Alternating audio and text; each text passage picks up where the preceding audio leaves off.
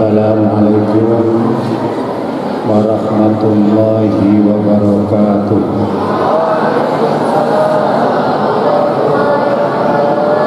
Bismillahirrahmanirrahim. Wa nasta'in wa nastaghfiruh wa na'udzu billahi min shururi anfusina wa min sayyiati a'malina. May yahdihillahu fala mudilla lahu wa may yudlil fala hadiya lahu. Asyhadu an la ilaha illallah wahdahu la syarika lahu wa asyhadu anna Muhammadan abduhu wa rasuluhu alladzi la nabiyya ba'dahu. Allahumma shalli wa sallim ala nabiyyina Muhammadin sallallahu alaihi wasallam wa ala alihi wa ashabihi wa atba'ihi wa ummati ajma'in amma ba'du. Yang saya hormati Ketua Umum Pengurus Besar Al-Hariyah, yang saya hormati Bapak Rektor Universitas Al-Hariyah, yang saya hormati Pengurus Besar Al-Hariyah yang hadir pada saat ini, dan juga pimpinan Pondok Pesantren Al-Hariyah, dan juga yang saya hormati bikin sinangan ngarep ya. Ibu-ibu barangkali dari majelis taklim, pelajar, siswa, mahasiswa, apalagi ya semuanya adalah hadirin yang saya hormati. Pertama-tama mari kita panjatkan puji syukur pada Allah Subhanahu wa taala yang telah banyak memberikan nikmat kepada kita. Selawat salam semoga tercurah pada junjungan Nabi Muhammad sallallahu alaihi wasallam. Untuk selanjutnya, sebelum saya memulai pengajian ini setelah saya melihat keadaan seperti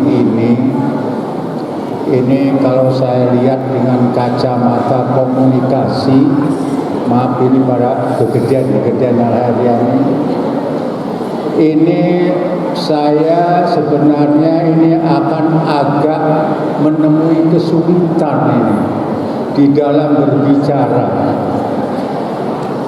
karena satu,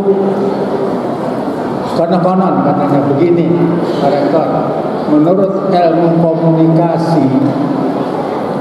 komunikasi ini bisa menyambung apabila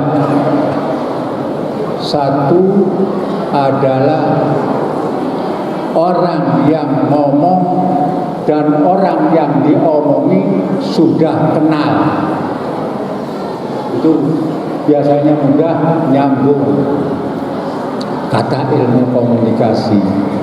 Yang kedua, apabila ada kesamaan, ya barangkali kesamaan pandangan atau kesamaan pakaian atau kesamaan ya apa saja, pokoknya ada unsur samanya, itu biasanya komunikasi itu bisa nyambung. Yang ketiga adalah ada unsur kedekatan. Maaf, tadi ada unsur kesamaan ya. Nah ini saya bahas. Ini sulit saya ngomong karena di sini ada dosen, ada mahasiswa, ada kiai, ada santri, ada guru, ada siswa. Terus ada apa lagi yang beda? Sehingga nanti saya sulit ngomongin siapa saya ini, ngomongin gurunya, ngomongin dosennya, atau ngomongin gurunya atau ngomongin siswanya, ngomongin dosennya atau ngomongin mahasiswanya. Nah ini dua hal yang amat sangat berbeda ini sulit untuk saya berkomunikasi gitu. Yang ketiga adalah unsur dekat. Lah sekarang ini jauh Jadi kalau bisa bapak-bapak diantaranya ini seperti Pak Haji Samsudin, Pak Haji Heruji, gimana kalau duduknya di sini nih? Biar dekat dengan saya. Dua hati kita ini kan mau nah di sinilah begitu tuh baru tuh. Mereka ke Pak Samsudin ke pindah, Pak Heruji ini pindah, tak kejelang kan hari satu hari membongkar ini apa pun ya Pak ini apa pun ini kan Pak ini ngarep ya Pak aja nih kuri ganti kan ya apa sih ini kan kita ketemu di depan ya Pak di depan nah begitu itu enak baru komunikasi. Jadi saya tuh kepengennya dengan audien itu hanya 2 meter jauhnya. Cukup aduan orang ke dalam agak kesini Pak nih ya kesini nih biar saya komunikatif bukan yang ujung sini aturan ini ya sih tak tudingi lah ya. Jadi menurut saya yang keempat ini maaf ini sound systemnya juga tidak mendukung untuk komunikatif. Kenapa? Sound system yang ada ini bukan untuk komunikasi, bukan untuk ceramah, tapi untuk musik kalau ini. Jadi kalau bapak-bapak yang sudah haji yang pernah ke Mekah atau ke Madinah, nah itu speaker yang komunikatif gitu. Jadi antara ruangan dengan ini disesuaikan. Kalau ini ruangnya segini, innya segini, maka akan timbul gaung saja gaungnya. Bukan ada bahasa itu. Bukan aranikan itu bukan. Dia menginspirasikan itu eho akan menimbulkan eho terus. Enggak komunikatif. Jadi untuk itu seperti itu. Kalau kayak kan kita lebih bisa ngobrol gitu. Ya kita lanjut Pak. Ini katanya pengajian Pak Kiai. Jadi pengajiannya terus terang saja saya semenjak diberitahu untuk memberikan pengajian pengajian akbar, waduh mengkirik nih, mengkirik gitu Pak Ruji marah mengkirik karena saya hanya biasa di pengajian bukan akbar, tapi pengajian asghar. Iya, pengajian asghar di rumah itu. Dan juga di sini yang saya hadir ini, waduh. Saya terus terang aja ini cetakan Citangkil antara tahun 60 sampai tahun 70. Iya, saya ini cetakan Citangkil tahun 60-70. Yang pada saat itu Citangkil itu boro-boro punya sekolah tinggi, apalagi universitas. Alias saja itu sudah dicampur antara laki-laki dengan perempuan karena tidak ada santrinya. Jadi begini, Citangkil itu dulu laki-laki dan perempuan itu sanawiyahnya dipisah. Harusnya sampai aliyah juga dipisah karena tidak ada siswanya. Akhirnya ya dicampur begitu. Lah barang sekarang sudah ada universitas segala rupa. Lah ya saya ini rada tadi itu ya, rada apa Pak itu? Rada maras lah gitu. Tapi nggak apa-apa, nggak usah banyak komentar. Sekarang saya pengajian. Pengajian yang saya bahas sekalipun bingung semalam suntuk sampai salat subuh kawanan subuh. Jadi apa yang tadi oleh pembawa acara dibuka dengan suratul Fatihah, ragam semua. A'udzubillahi minasyaitonirrajim, bismillahirrahmanirrahim, dan seterusnya sampai waladhdallin. Nah, kira-kira karena kebingungan saya itu, ya itu ajalah yang mau saya bahas begitu. Tapi saya bahas dalam artian ini Kiai Albian hanya terjemahnya doang. Jadi saya ngambil terjemah dari apa itu? Ya Kementerian Agama itulah. Yang semuanya begitu saya kira ini sudah apa itu sudah pernah baca semua. Pertama, ya sih di to the point ya, top blank right and operator. Wes.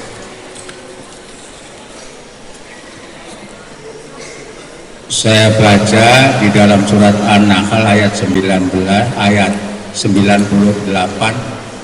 A'udzubillahi minasyaitonirrajim.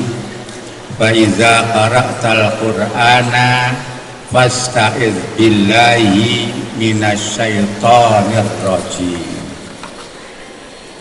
Jadi katanya apabila dibaca Al-Qur'an itu atau apabila kamu membaca Al-Quran, fasta'idz billah, hendaknya diawali dengan baca ta'uz, yaitu a'udzu billahi minasyaitonir rajim.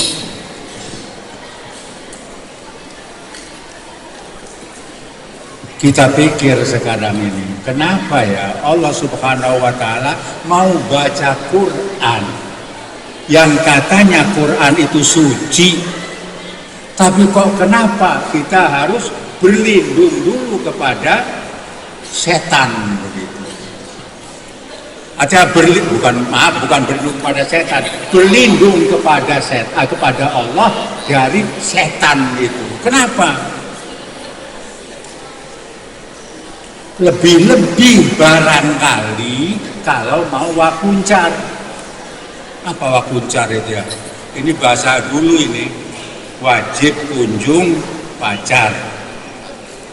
Istilah dulu, sekarang apa nggak tahu ya. Mudah. Itu bahasa gaul dulu itu wakuncar itu. Nggak tahu sekarang apa itu bahasanya. Allah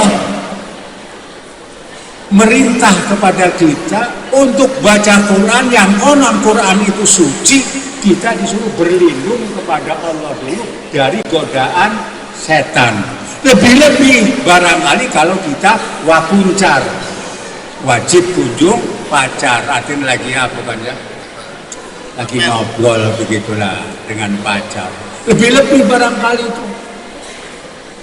Tapi saya perhatikan kayaknya nggak ada yang mau pacaran a'udzubillahi minasyaitonirrajim, itu nggak ada kayaknya. Yang perempuannya juga barangkali nggak ada yang begitu dikunjungi pacarnya a'udzubillahi minasyaitonirrajim, nggak ada kayaknya itu. Padahal itu Allah Subhanahu wa Ta'ala apa itu merintah apa itu untuk mau baca Al-Quran aja untuk berlindung kepada Allah dari godaan setan. Begitu.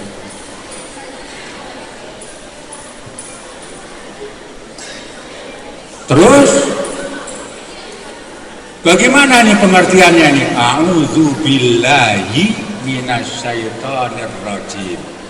Jadi artinya aku berlindung kepada Allah dari godaan setan yang terkutuk. Rojim di situ Kiai Alwian diterjemahkan dengan terkutuk. Tapi sebenarnya kalau kita mau melihat rojim, asal kata rojama itu adalah melempar begitu. Artinya rojim di situ sebenarnya setan itu adalah makhluk Allah yang sudah dilemparkan oleh Allah. Artinya tidak diaku oleh Allah. Contoh, umpamanya kita punya anak 5, 1, 2, 3, 4, nurut ini semua. Yang kelima ini nih yang bandel. Kalau minta uang, waduh ngamuk, ibunya aja mau digorok begitu. Akhirnya kesel sehingga anak ini nggak diaku. Nah, anak yang nggak diaku itu istilah Al-Quran itu anak rojim gitu. Artinya anak yang tidak diaku. Begitu juga setan ini tidak diaku oleh Allah. Kenapa? Karena kekufurannya dan karena maksiatnya. Akhirnya setan ini putus asa. Apa putus asa bahasa Sunda? Harapan lah. Apa ya? Jadi akhirnya setan ini putus asa. Wes hari mengkonon mah sekalian ora apa-apa kita danyakeun neraka, tapi awas mengko manusia pun arep tak kajak enggak ngebaturi kita ning neraka. Kira-kira begitu gambarannya.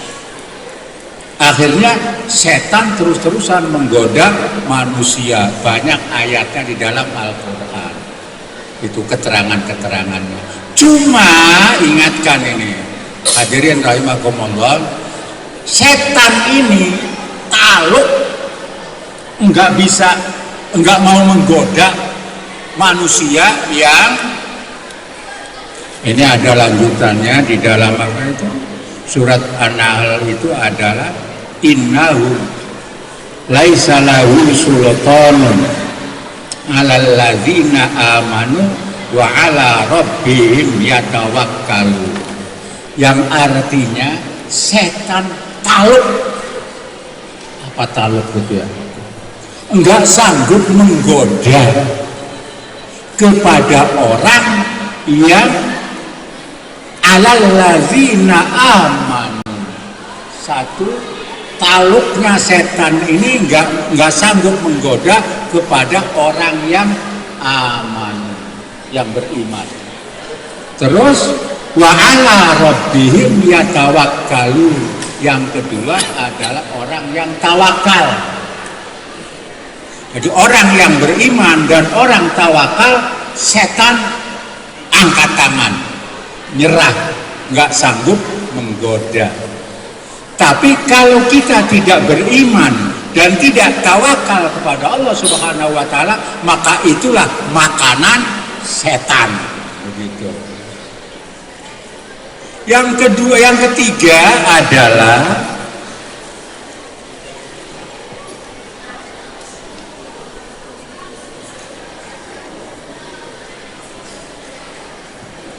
di dalam surat Al-Hijr dikatakan ayat 39, qala rabbi bima aghwaytani la uzayyinanna lahum fil ardi wa la ughwiyannahum ajma'in illa ibadaka minhumul mukhlasin.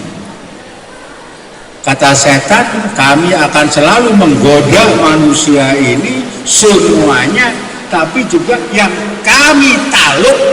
Apa taluk? Yang nggak sanggup, illal mukhlasin, kecuali kepada orang-orang yang mukhlasin. Jadi 3 tuh yang ditaluki oleh setan. Satu yang amanu, kedua yatawakkalun, dan yang ketiga mukhlasin. Apa sih mukhlasin itu? Orang yang murni, orang yang ikhlas. Ya. Orang yang ikhlas. Tapi kalau boleh saya melihat bagaimana sih sosok orang yang mukhlis ini. Ternyata di dalam Al-Quran, di dalam surat Yusuf, Pak Kiai Alwian, di situ saya baca di dalam ayat 24, walaqad hammat bih wa hamma biha laula arra'a burhana rabbi kadzalika linasrifa anhu su' wal fakhsya innahu min ibadinal mukhlasin. Ayat itu adalah cerita Nabi Yusuf itu. Ceritanya Nabi Yusuf itu adalah digoda oleh Zulaikha. Oh, bukan digoda, dirayu gitu, dirayu oleh Zulaikha Yusuf ini, karena konon katanya Nabi Yusuf ini adalah nabi yang paling kasep begitu. Sehingga ya Zulaikha ini apa itu ya demen begitu ke Yusuf. Akhirnya merayu. Jadi walaqad hammat bihi. Zulaikha merayu kepada Nabi Yusuf dan sampai apa itu ya apa namanya timbul rangsangan itu hasrat apa ya hasrat timbul hasrat begitu. Maaf wong sayanya ini udah agak sepuh ya, ke satu udah linglung gitu ya. Yang kedua sudah rada torek apa torek gitu ya, rada budek semet begitu. Jadi rada kencang Pak Kiai Alwian ngomongnya. Iya. Hari semat-semat itu kerungu kita nih. Kita lanjut. Jadi waktu merayu sehingga timbul hasrat kepada timbul nafsu kepada Nabi Yusuf. Wahamma biha. Dan ternyata Nabi Yusufnya juga terayu dan timbul hasrat juga kepada Zulaikha itu, karena Zulaikhanya juga cantik begitu kira-kira. Nah, jadi sudah sama-sama tuh, udah apa itu? Udah apa namanya ya? Udah sama-sama. Ya pada demen nih, berhasrat begitu ya. Nah, tapi bagaimana sikap Nabi Yusuf? Laula ra'a burhana rabbi. Saya terjemahkan secara bebas, laula arra'a burhana rabbi. Kalau Nabi Yusuf ini tidak selalu berorientasi kepada Allah Subhanahu wa taala, jadi orang ingat baik ning Allah, barangkali apa jadinya begitu antara Nabi Yusuf dengan Zulaikha. Tapi begitulah, karena Nabi Yusuf ini selalu orientasinya kepada apa itu? Kepada Allah, kepada apa itu? Ya, perintah-perintah Allah dan larangan-larangan Allah. Akhirnya apa itu? Tidak terjadi hal-hal yang tidak diinginkan. Nah, kata Allah, ternyata sikap Yusuf yang seperti itu, innahu min ibadinal mukhlasin. Jadi gambaran orang ikhlas itu sebenarnya ya orang-orang yang selalu berorientasi kepada perintah-perintah Allah dan larangan-larangan Allah. Segitu aja dulu. Nah, sekarang kenapa ini kita harus apa itu berlindung kepada Allah dari godaan setan? Karena konon katanya ya, yang namanya setan ini juga makhluk Allah, diciptakan oleh Allah, dijadikan oleh Allah. Jadi sama seperti kita ini. Jadi konon setan ini juga dikuasai oleh Allah begitu. Makanya kita harus minta perlindungannya kepada Allah. Karena konon kata yang namanya setan ini adalah kalau menggoda manusia itu apa ya? Ngebruk begitu. Apa ngebruk gitu? Kayak anjing apa itu ngerubut itu apa itu? Jadi kalau kita masuk begitu ya ke rumah seorang yang orangnya itu apa itu memelihara anjing banyak itu tuh apa namanya? Duduk ngeroyok. Ngeroyok. Iya kok. Jadi ngeroyok apa itu setan itu kalau menggoda manusia itu.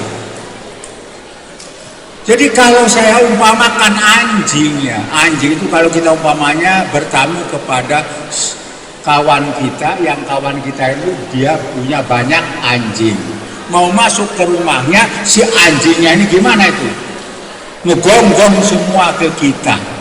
Bagaimana caranya supaya anjing itu tidak menggonggong?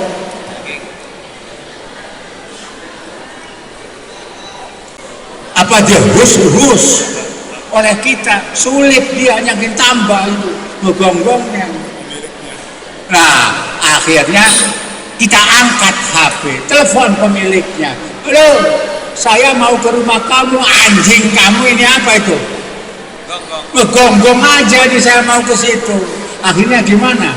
Si yang punya rumah itu keluar ke anjingnya, begitu. Gimana anjingnya itu? Ya mendekat ke tuan rumah tadi itu. Akhirnya kita bisa masuk. Jadi begitu juga kalau kita bacakan A'udzubillahi minasyaitonirrajim, kita mohon perlindungannya kepada Allah, dan Allah ini yang ditakluki oleh setan, maka kata Allah, hei setan, orang itu jangan diganggu, begitu. Kira-kira gimana itu setan? Ya tidak akan mengganggu, begitu. Kira-kira begitulah singkatnya. Silahkan ditafsiri lebih luas lagi lah. Terus yang kedua,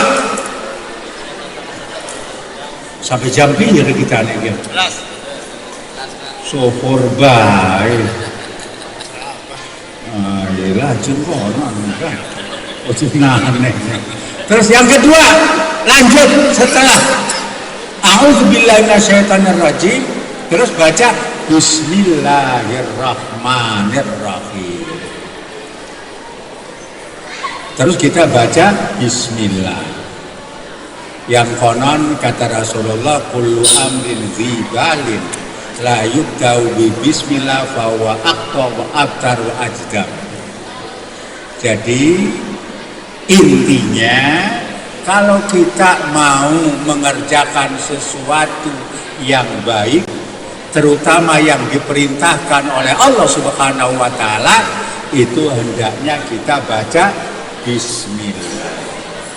Apa artinya bismillah? Dengan nama Allah yang Maha Pengasih dan Maha Penyayang. Di Indonesia, bismillah dengan nama Allah itu pakai alian itu sulit dimengerti. Dulu saya waktu sekolah ya di Madrasah Al-Khairiyah Citangkil ini, ustadz-ustadz itu memberi makna Bismillahirrahmanirrahim, kelawan nyebut asmani Allah,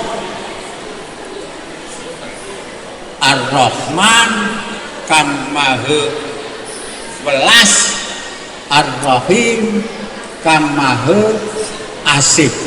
Mboten niku sengen. Tenan ning sini ki kaya alwian niku. Bahasa Indonesia ya. Bismillahirrahmanirrahim. Wow, Arabnya itu mah. Iya. Tapi dulu begitu. Jadi artinya kalau dengan itu agak sulit. Tapi saya membaca di dalam salah satu tafsir, di situ yang cocok dengan Indonesia pengertiannya di situ itu bimakna Allah, begitu. Jadi bukan dengan nama Allah, begitu, tapi atas nama Allah. Jadi dia Bukan bil ilsaq, bukan, tapi Allah, gitu, atas nama Allah yang Maha Pengasih dan ini katanya yang cocok kira-kira dengan pengertian dan kebiasaan orang Indonesia. Karena begini biasanya ya, kalau kita sudah mengucapkan bismillah itu harus komitmen. Seperti begini, biasanya kalau ada orang hajat itu Baja Alwian, Ustaz Alfian, maaf. Amin. Kalau ada orang hajat, biasanya yang sahibul hajat itu tidak mau menyambut di dalam acara hajatnya. Biasanya itu mewakilkan kepada saudaranya atau orang lain untuk mewakili dia berbicara atas nama sebagai sahibul hajat. Kan biasanya begitu. Dan biasanya kalau sudah atas nama itu, saya nanti wakil ya kepada saudara, tolong atas nama berbicara atas nama saya sebagai sahibul hajat, yang dibicarakan satu, ucapkan terima kasih atas kehadiran para tamu. Kedua, mohon maaf atas segala kekurangan. Dan ketiga, mohon doanya supaya mendapatkan keselamatan. Itu 3 intinya tuh. Akhirnya bicara nih, sudah dipersilakan oleh pembawa acara. Siapa tuh? Orang yang tadi mewakili si sahibul hajat. Pidato dia. Assalamualaikum warahmatullahi wabarakatuh. Saya berdiri di tempat ini atas nama sahibul hajat. Pertama, mengucapkan terima kasih atas kehadiran bapak-bapak dan ibu-ibu, dan mohon maaf atas segala kekurangannya. Dan yang ketiga, mohon doanya, mudah-mudahan sahibul hajat bisa mendapatkan keselamatan dari Allah Subhanahu wa Ta'ala. Itu sudah cukup. Nah, ini si yang atas nama tadi itu, dia ingat, wah, ini hajatnya bulan Maulud. Akhirnya dia mencaprak ngomongnya. Bapak-bapak, ibu-ibu dan saudara-saudara, kebetulan sekarang ini bulannya bulan Maulid. Bulan Maulid itu adalah hari lahirnya Nabi Muhammad Sallallahu Alaihi Wasallam. Nabi Muhammad itu bapaknya Abdullah, ibunya Aminah, pamannya Ibu Abu Thalib. Mencaprak kemana-mana. Kira-kira gimana yang sahibul hajat yang berikan wakil-wakil itu? Pasti dia nguruk dada. Apa ini mencaprak ini? Mau dikon cuma terima kasih, maaf, minta doa. Sesuai enggak itu dengan apa itu mengatasnamakannya itu? Tidak sesuai. Jadi yang sesuai dengan atas nama sahibul hajat itu hanya mohon terima kasih, mohon maaf, dan minta doa. Udah cukup, nggak usah begitu juga kalau kita ngomong atas nama Allah Subhanahu wa Ta'ala yang Maha Pengasih dan Penyayang, awas, harus sesuai dengan apa yang diperintahkan oleh Allah Subhanahu wa Ta'ala. Contoh seperti kita mau makan, perintah Allah dulu makanlah kamu. Oleh karena itu makan itu kita harus baca Bismillah dulu mau makan. Bismillahirrahmanirrahim. Baru kita masuk. Tapi ingat, perintah Allahnya kulu wasrabu walatus. Bagaimana kalau kita di situ makannya sampai bengkak?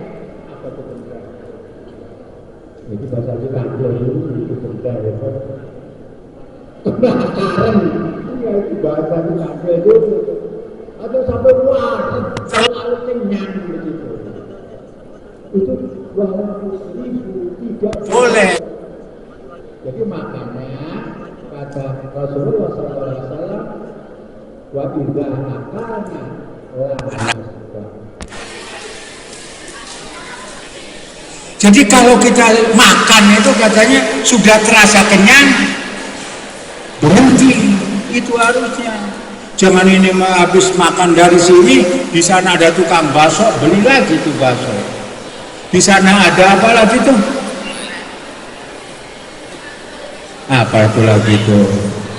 Ya, itu lagi beli lagi, akhirnya begitulah. Itu nggak boleh itu. Jadi makan yang Bismillahirrahmanirrahim mengatasnamakan Allah itu harus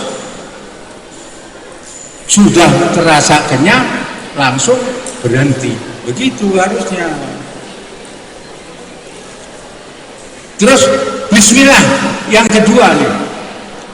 Maaf ini ya. Tapi ini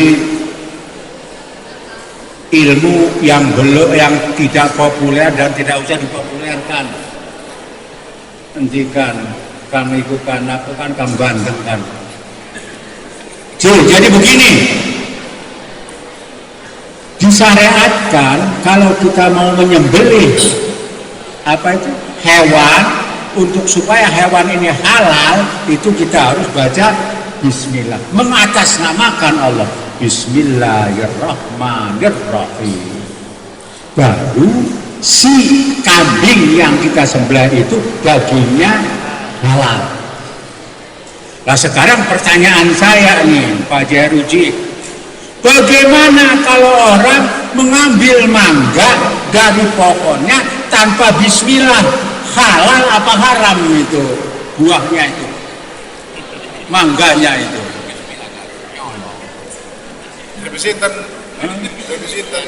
Lah maka itu saya tanya ini, saya nanya begitu. Tolong nanti di dalam Bahsul Masail di apa itu dibahas oleh Kiai Alwian begitu. Bagaimana itu hukumnya buah yang dipetik dari apa itu pohonnya tanpa mengucapkan Bismillahirrahmanirrahim. Ayam yang dipotong lehernya tanpa mengucap Bismillahirrahmanirrahim haram untuk hukumnya. Ayam itu dimakannya.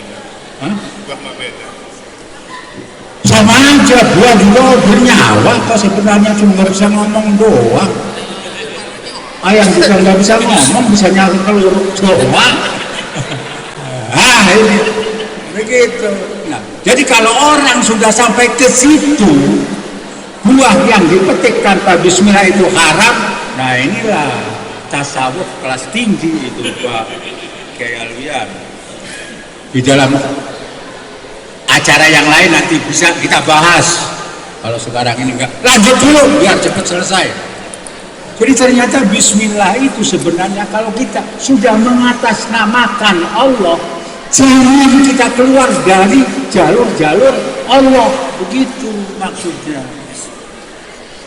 Makanya di situ juga Rasul itu kullu amrin dzibalin, hanya yang bagus saja. Tapi kalau mau mencuri, karena mencuri itu dilarang oleh Allah Subhanahu wa taala, nggak bisa kalau mencuri Bismillahirrahmanirrahim, nggak bisa. Atau kita maafin ya, mau mencium pacar yang belum kawin, Bismillahirrahmanirrahim biar halal, nggak bisa. Begitu Bang. Iya, itu pekerjaan santri itu begitu. Iya, katanya biar halal, sekalipun belum nikah juga nggak apa-apa. Kita ciuman Bismillah dulu. Bismillahirrahmanirrahim. Nggak bisa. Karena itu dilarang oleh Allah. Bukan dzibalin itu, bukan amrin dzibalin itu. Langsung. Kalau apa itu forumnya luas, ini saya bahas ini sebenarnya, saya tuntaskan. Tapi berhubung ya ini mau waktunya dibatasi ya. Jam 12. Itu sebenarnya ini barangkali tidak bisa dimengerti, nggak apa-apa. Memang saya sengaja biar nggak ada yang mengerti. Iya. Yang terusnya. Alhamdulillahi Rabbil Alamin. Biar cepet aja ini, banyak berangkat. Dulu waktu saya di Citangkil dulu, tapi ya bukan Citangkil sekarang, saya Citangkil sekarang ini belum apa itu tahu persis. Diberi makna itu, alhamdulillah utawi sakehe puji lillahi iku tetep kedue Allah Rabbil alamin kang mengerani wong alam kabeh. Saya dulu waktu sekolah di Citangkil itu ngeluh mikiri, nggak ngerti itu apa kata saya ini. Utawi sakai puji itu tetap kedua Allah kang mengerani wong alam kabeh. Diterangkan oleh Ustadz itu, puji itu ada 4. Ada puji qadim di qadim, ada puji qadim di hadis, ada apa itu qadim hadis di qadim, ada puji hadis di hadis. Yakin tambah uyang. Waduh, tidak apa itu. Tapi setelah saya ikut ngaji ke Pak Hikmat, ya ini Pak Hikmatnya nih. Di dalam apa itu saya ngaji ke Pak Hikmat nih. Tafsirnya tafsir Munir ya. Oh, karangan Gaga ini. Wahbah Al-Juhaili. Ternyata alhamdulillah itu katanya khobariyah lafdzon, makna insaiyah makna. Artinya alhamdulillah itu adalah bentuknya memang khabar. Khabar itu kata balaghah itu mahtamalus sidqa wal kizba. Mbuyembur. Jadi memang berita itu alhamdulillah, puji itu punya Allah, titik udah. Tapi kata di sini dalam kitab yang saya bawa ini katanya insaiyah makna. Insya itu aja maknanya itu pernyataan. Jadi bentuknya itu puji punya Allah, tapi maksudnya saya memuji Allah. Itu maksudnya. Jadi ahmadullah, saya memuji Allah, itu insaiyahnya. Tapi dalam kitab ini beda dengan pengertian saya. Nggak apa-apa lah, biar cepat ngerti aja ini mah. Jadi alhamdulillah itu adalah pengertiannya saya memuji Allah. Apa sih memuji itu? Sana, ngalem, terus apa lagi? Oh banyak lah. Madah. Madah.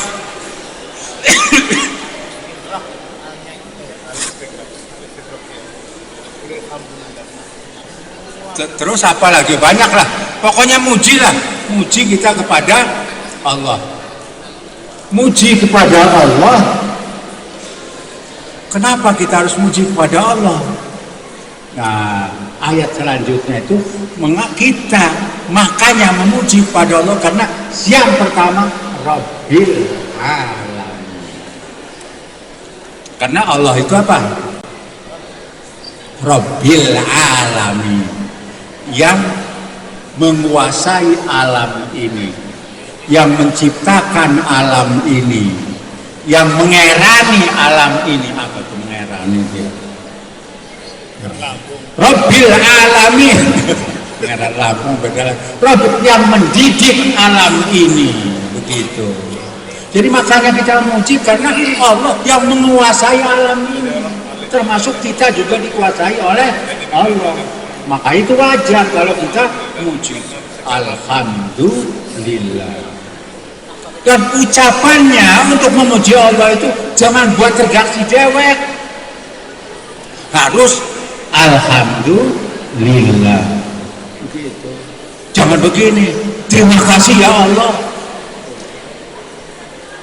Enggak level tuh.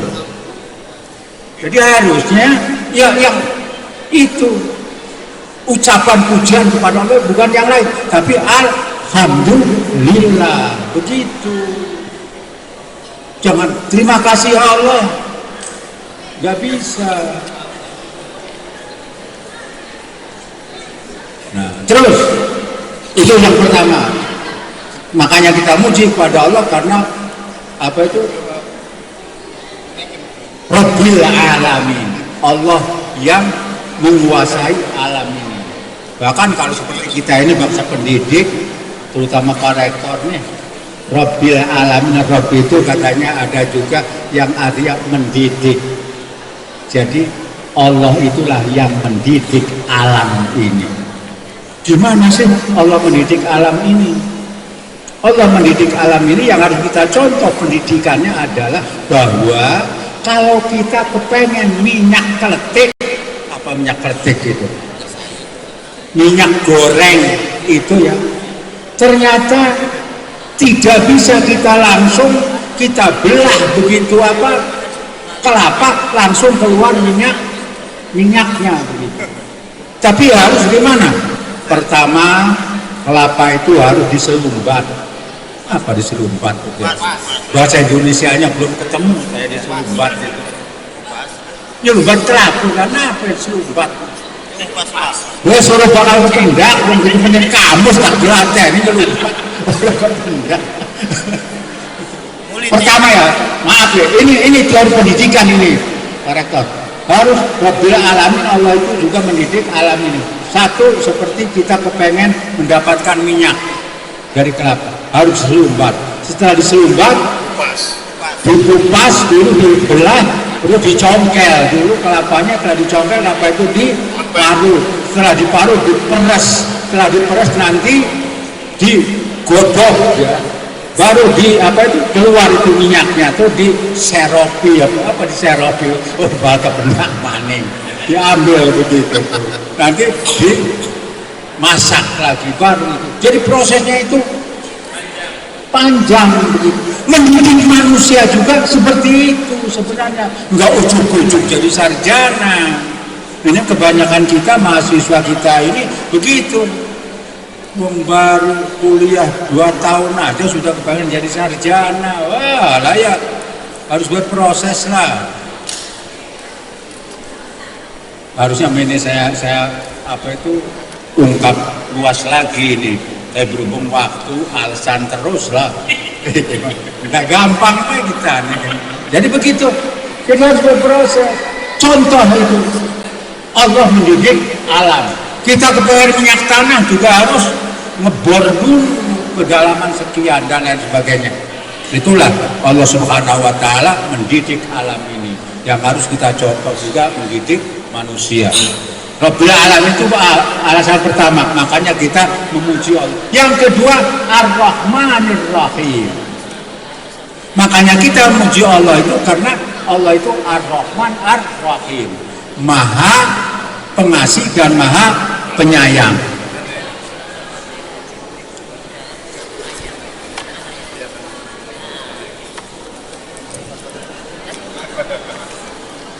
Jadi apa sih Ar-Rahman itu? Maha pengasih itu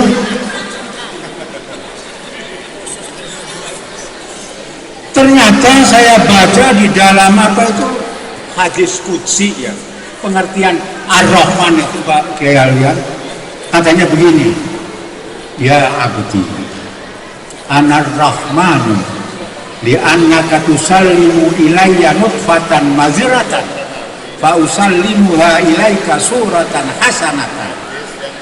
Kata Allah ini, ya abdullah hambaku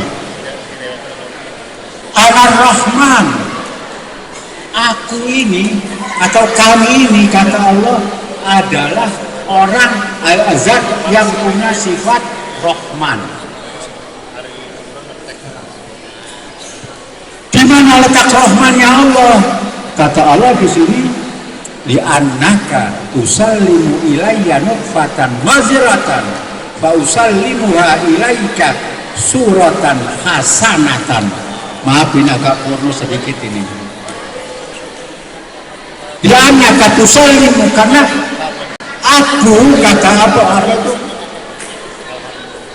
Kata Allah, tusallimu ilayya nutfatan maziratan, karena kami kata Allah dengan kerahmannya Allah itu, kita ini kalau mau buang anak itu hanya menyemprotkan sperma saja.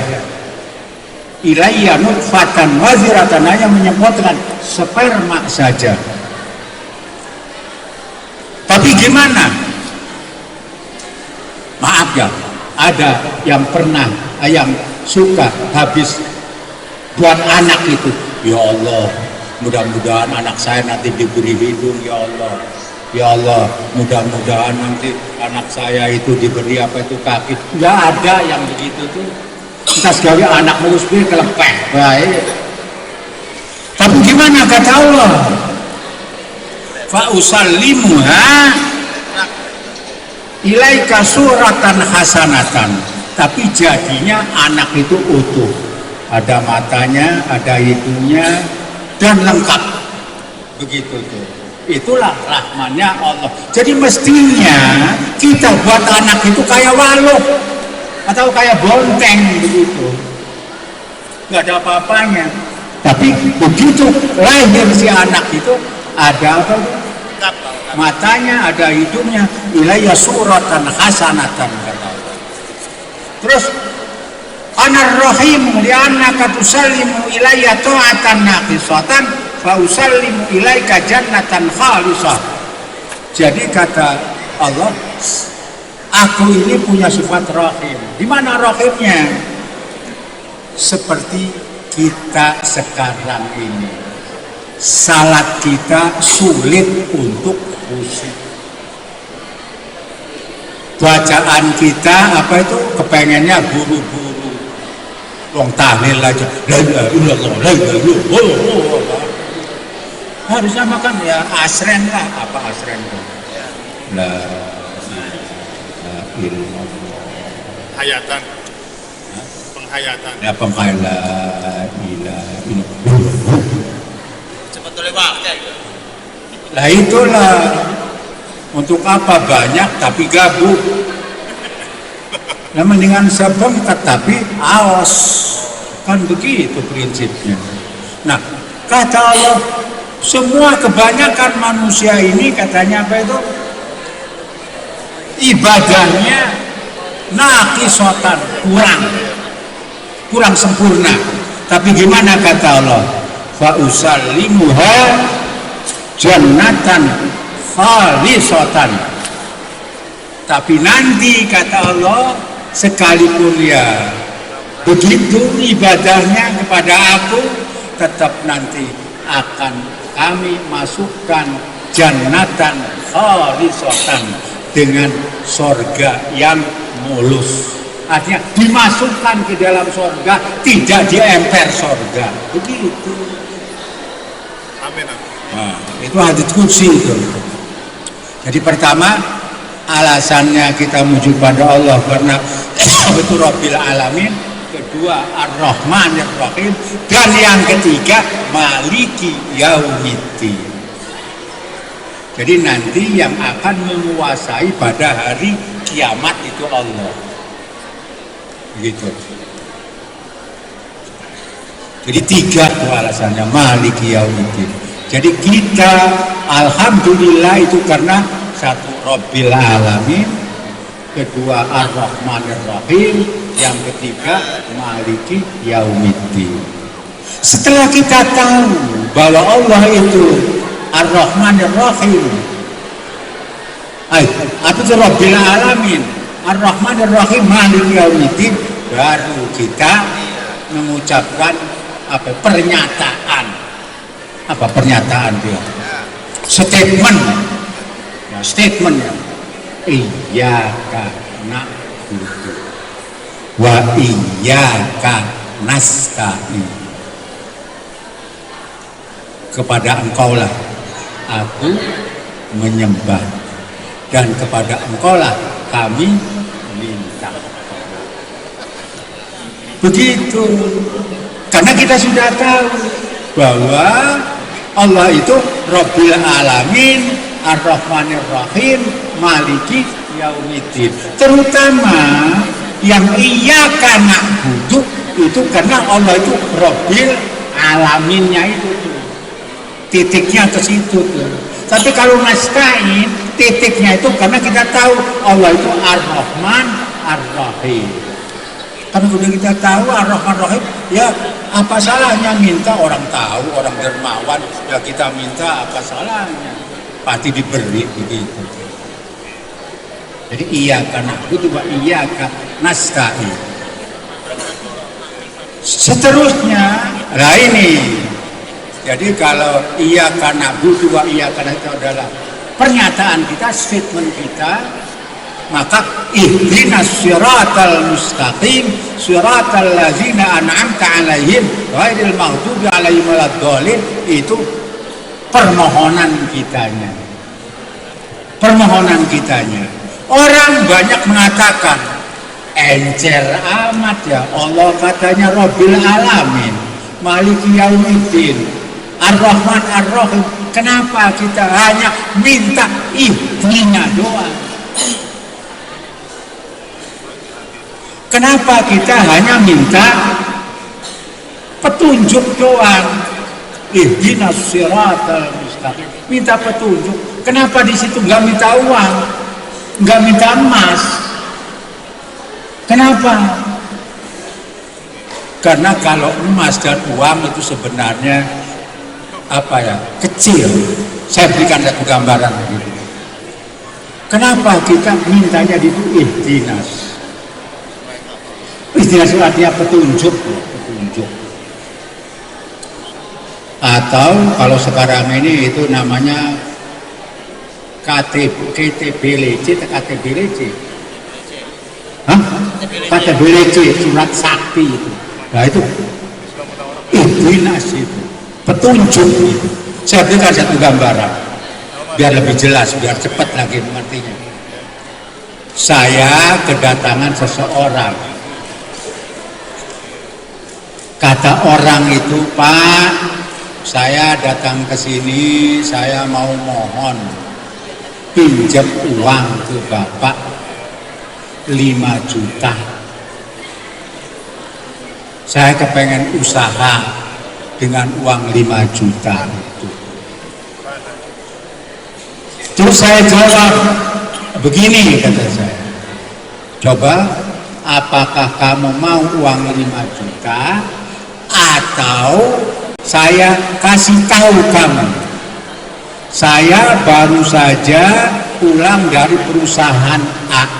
Di perusahaan A itu adalah sekarang ini membutuhkan karyawan yang seperti kamu. Begitu. Orang tadi itu coba mau pilih uang yang 5 juta dari saya atau dia mau milih kerja di perusahaan itu yang telah saya tunjukkan itu. Menurut saya begini, Pak Sekjen, kalau orang itu hanya pengen 5 juta saja, saya beri 5 juta, udah selesai itu. Tapi kalau saya berikan petunjuk tadi itu, dia datang ke sana dan melamar kerja di sana, dan dia diterima di sana karena memang dibutuhkan orang itu, kira-kira uang 5 juta itu gimana itu? Hanya 1 bulan saja dia dapatnya, dan dia kerja di situ akan bertahun-tahun, jadi akan dapat berpuluh-puluh 5 juta, bahkan beratus-ratus 5 juta begitu. Itulah hebatnya petunjuk. Makanya di situ juga yang dipinta hanya ihdinas siratal mustaqim, bukan apa itu emas yang banyak atau apa itu apa uang yang banyak, tapi petunjuknya yang katanya zaman sekarang ini adalah mendingan membeli pancing daripada membeli ikan, begitu kira-kira. Itu ihdinas siratal mustaqim, itu gambarannya seperti itu. Cuma kita sendiri tidak melaksanakan ihdinasnya ini, makanya kita kewalahan begitu. Nanti ini dinas ini dijawab langsung ini. Itu alif lam mim zalikal kitabul la raiba fihi hudal lil muttaqin, itu nanti jawabannya. Nah, jadi itu hebatnya petunjuk itu. Kekuatan petunjuk itu seperti itu. Bisa apa itu? Ya. Lebih banyak daripada yang dipinta 5 juta tadi itu. Siratal ladzina an'amta 'alaihim ghairil maghdubi 'alaihim waladdallin, barangkali itu sudah pinter dewek ini semuanya. Ya, siratal apa? Ihdinas siratal mustaqim, minta petunjuk jalan yang lurus. Minta ditunjukkan jalan tol itu mana gitu. Karena kalau jalan lama macet ke Serang itu, tapi kalau jalan tol enggak macet. Siratal mustaqim itu jalan tol teh. Zaman sekarang gampang tafsirnya, itu siratal mustaqim itu jalan tol. Siratal ladzina an'amta 'alaihim, ya jalan yang orang-orang yang sudah diberi nikmat duluan itu. Yang bagaimana? Satu, ghairil maghdub, yang tidak dibenci. Kenapa tidak dibenci? Karena begini, hadirin rahimakumullah, kalau kita sudah benci dulu, apapun yang kelihatan oleh kita itu akan tidak baik. Kalau kita sudah benci, sekalipun itu benar tetap akan kita menyalahkan. Itu kalau sudah benci. Terus waladhdallin, dan juga tidak sesat. Saya pernah berjalan begitu. Saya maka ke suatu tempat, kata saya, mana ini apa itu? Ayo jalan ke Jakarta. Ke sini katanya. Saya ke sana. Saya nggak ketemu dengan tujuan itu. Itu kalau waladhdallin. Hadirin rahimakumullah, saya lihat katanya sudah pegel ini duduk di sininya. Jangankan yang mendengarkan, yang ngomong aja pegel yang barusan. Jadi barangkali itu saja yang bisa saya sampaikan. Sistemnya sekarang ini saya sebutnya khutbah Jum'ah. Khutbah Jum'ah itu nggak boleh disangkal dan nggak boleh ditanyakan. Iya, khutbah Jum'ah nggak boleh. Apa nih Pak? Saya ini lagi khutbah Jum'ah, nggak boleh disangkal, nggak boleh ditanyakan. Oke, sami nawan. Begitu. SMS WA, lewat WA. Ya. Hah? Lewat WA saja. Apanya? Lewat WA saja tanya. Ya udah gitu. Barangkali itu saja yang bisa saya sampaikan. Maaf ini karena saya dibarengi dengan rasa sawan, ya seperti inilah penyampaiannya. Tidak apa itu tidak bagus gitu. Ditambah saya udah ya rada linglung, sehingga semuanya mohon dimaafkan. Hanya saya memperkenalkan saja ini kepada, kayaknya saya sudah yang paling senior di Citampil ini. Iya. Karena umur saya sudah 76 tahun. Di sini Pak Haji Mansur itu umurnya di bawah saya. Pak Haji Mansur itu di bawah saya. Jadi kalau tua, umur saya yang paling tua. Tapi ilmu ada di ya, bapak-bapak, ibu-ibu dan saudara-saudara yang ada di sini. Untuk ilmu, tapi umur saya kayaknya begitu. Jadi saya sekolah di Ibtidaiyah, bukan di Citampil, tapi di Madrasah Al-Khairiyah Kalimantan Timur, yang sekarang ini namanya Samang Raya 1, cabang nomor 11 itu. Dan saya melanjutkan sanawiyah itu tahun 1963. Selesai sampai aliyah itu tahun 70. Jadi berapa tahun? Ya cuma segitu-gitunya doang ilmunya. Jadi ya diperes-peres ya tetap aja segitu. Jadi mohon maaf lah atas kedangkalan saya. Cuma ya, inilah begitu tuh. orang Al-Hariah dulu begitu kira-kira. Kalau yang masih apa itu ya ada sekarang ini. Begitu aja yang bisa saya sampaikan. Cuma di saat tua ini bukan tahadus bin nikmah ya, tapi innalillahi wa inna ilaihi rajiun. Barang tua ini saya dipercaya jadi Ketua Umum Majelis Ulama Indonesia Kota Cilegon. Kan semono doang suhure kon, itu semono rapi. Ya wong makan sekolah ini cuma aliyah doang iki. Iku gue sokon aliyah dulu bisa jadi Ketua Umum MUI Kota Cilegon. Wow, hebat lah, gitu tuh. Harusnya mah itu, karena yang dulu mah profesor, doktor, barang sekarang aliyah Citangkil tahun 1970. Tapi ya begitulah. Dan alhamdulillah ini lagi tahadus bin ni'am. Sekalipun saya hanya sampai aliyah, tapi saya pernah waktu muda, tapi yang bukan sekarang ceramah ini tidak keliling Indonesia, tapi pernah ke Kalimantan, pernah ke Riau, pernah kemana-mana dan lain sebagainya dengan pesawat, dengan dibayari orang. Iya, alhamdulillah. Tapi dulu waktu muda, waktu saya masih pintar ngomong, sekarang udah nggak bisa ngomong. Dan alhamdulillah saya waktu tahun 2000 sampai 2005 jadi Sekjen PB Al-Hariah di Citangkil ini. Waktu ketuanya Bapak Profesor Dr. Imad Tihami. Saya waktu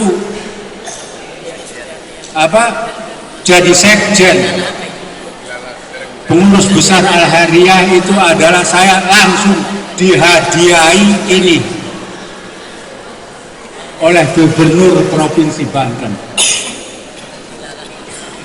Iya, saya jadi sekjen itu dipanggil oleh Gubernur, Bapak sekarang saya hajikan karena Bapak jadi sekjen.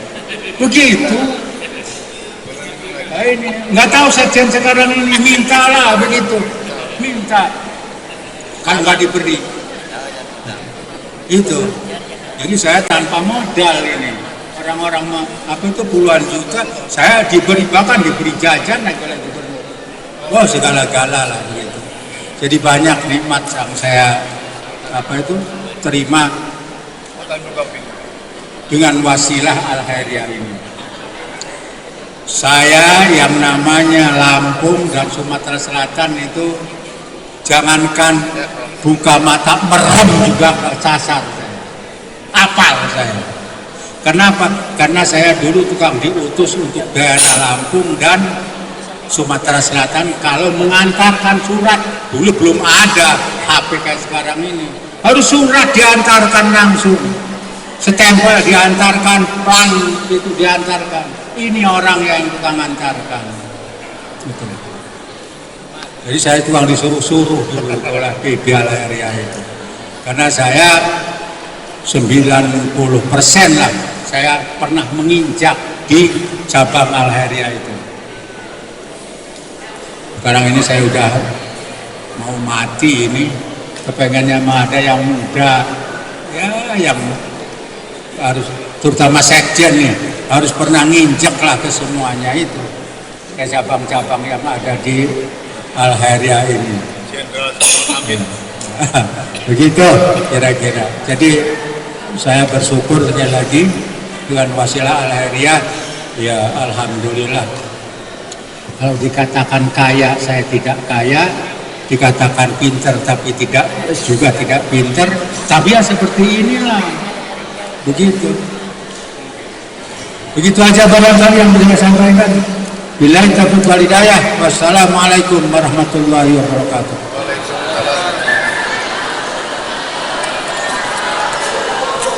Terima kasih kami sampaikan kepada orang tua kami Kiai Haji Jubaidi Ahyani yang sudah menyampaikan tausiah yang kedua pada siang hari ini. Mudah-mudahan dengan tausiah yang diberikan tadi kita bisa mengambil hikmah yang kemudian kita terapkan dalam kehidupan kita sehari-hari.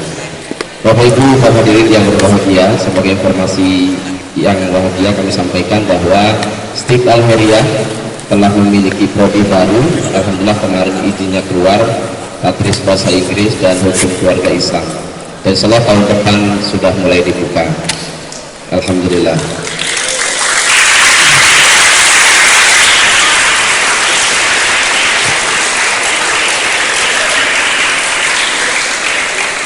Dan untuk menutup acara pada siang hari ini, marilah kita tutup bersama dengan bersama-sama membaca hamdalah. Alhamdulillahirabbil alamin. Saya sebagai pembawa acara kurang lebihnya mohon maaf. Wabillahi taufiq wal hidayah. Assalamualaikum warahmatullahi wabarakatuh.